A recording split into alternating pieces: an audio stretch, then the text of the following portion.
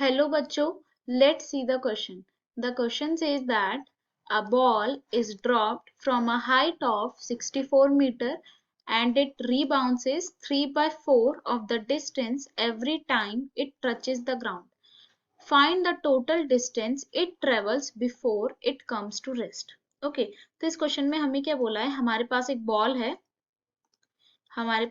Ball है और वो कितनी हाइट पे है, वो 64 मीटर की हाइट पे है। 64 मीटर की हाइट पे ये हम हाइट ले लेते हैं, ये हमारी 64 मीटर है और वो इस हाइट से नीचे ड्रॉप हुई।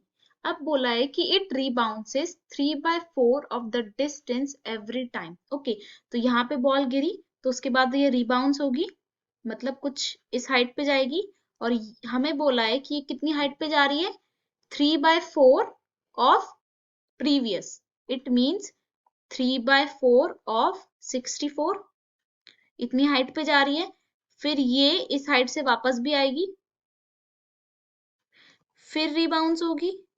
ओके, अब की बार कितना रिबाउंस होगी, 3/4 of previous. It means 3/4 of 3/4 into 64.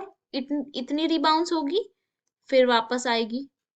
Okay, और फिर से रिबाउंस होगी और ऐसे ऐसे करके ये बॉल रेस्ट पे आ जाएगी।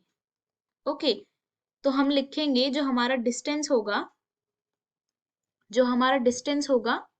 वो कितना होगा, डिस्टेंस को हम मान लेते हैं d।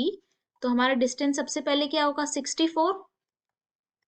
सबसे पहले उसने 64 कवर किया नीचे आते हुए, फिर प्लस, अब यहाँ पे 3/4 इंटू 64 जा रही है और 3/4 इंटू 64 आ भी रही है, इसलिए 2 इंटू 3/4 इंटू 64।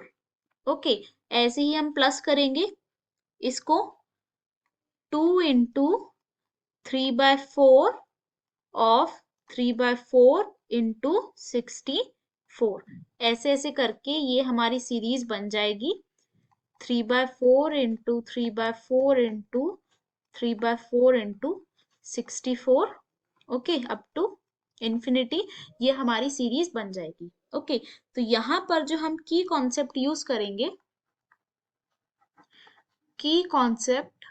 करेंगे, वो हम करेंगे sum of infinite term of GP. Okay, sum of infinite terms of GP, और वो हमारे पास कितना होता है, S infinity is equals to a upon 1 minus r, जहां पे आर लेस देन 1 होता है और आर होता है हमारा कॉमन रेशियो। और आर को हम कैसे निकालते हैं, A2 अपॉन A1, और यहाँ पे A हमारा फर्स्ट टर्म है। ओके, ये कॉन्सेप्ट यूज करके हम ये क्वेश्चन सॉल्व करेंगे। ओके, तो हम देखते हैं डिस्टेंस हमारे पास कितना आया, 64 प्लस 2, यहाँ से हम सब में से 2 कॉमन निकाल लेंगे। यहाँ पे हमारे पास ब्रैकेट में क्या आएगा, 64 इंटू 3/4 प्लस 64 इंटू 3/4 का होल स्क्वायर प्लस 64 इंटू 3/4 का whole cube up to infinity. और यही हमें डिस्टेंस निकालना है, क्योंकि इन्फिनिटी तक जाते जाते ये बॉल रुक जाएगी। ओके, तो हम डिस्टेंस निकालेंगे। डिस्टेंस क्या होगा हमारा, 64 प्लस 2 इंटू एस इन्फिनिटी, इस टर्म की इन्फिनिटी एस इन्फिनिटी। तो सबसे पहले हम एस इन्फिनिटी निकालते हैं, S infinity of 64 into 3/4 plus 64 into 3/4 का होल स्क्वायर प्लस 64 इंटू 3/4 का होल क्यूब। ओके, तो यहाँ पे a क्या हो गया हमारा, a हो गया 64 इंटू 3/4, ये हमारी a की वैल्यू हो गई।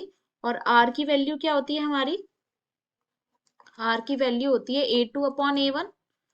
इट मीन्स 64 इंटू 3/4 का होल स्क्वायर अपॉन 64 इंटू 3/4, इसको हम कैंसिल करेंगे तो r की वैल्यू आएगी हमारी 3/4। ओके, अब हमें पता है एस इन्फिनिटी की वैल्यू क्या होती है, a/1 माइनस r, a हमने निकाला था 64 इंटू 3/4 अपॉन 1 माइनस 3/4। ओके, तो ये हमारे पास आएगा 64 into 3 upon 4 upon 4 minus 3 upon 4, ये 4 से 4 कैंसिल, तो एस इन्फिनिटी की वैल्यू आई है हमारे पास 64 इंटू 3, ये हमारी एस इन्फिनिटी की वैल्यू आई है। ओके, अब हमें डी की वैल्यू क्या बतानी है, डी की वैल्यू क्या थी हमारी,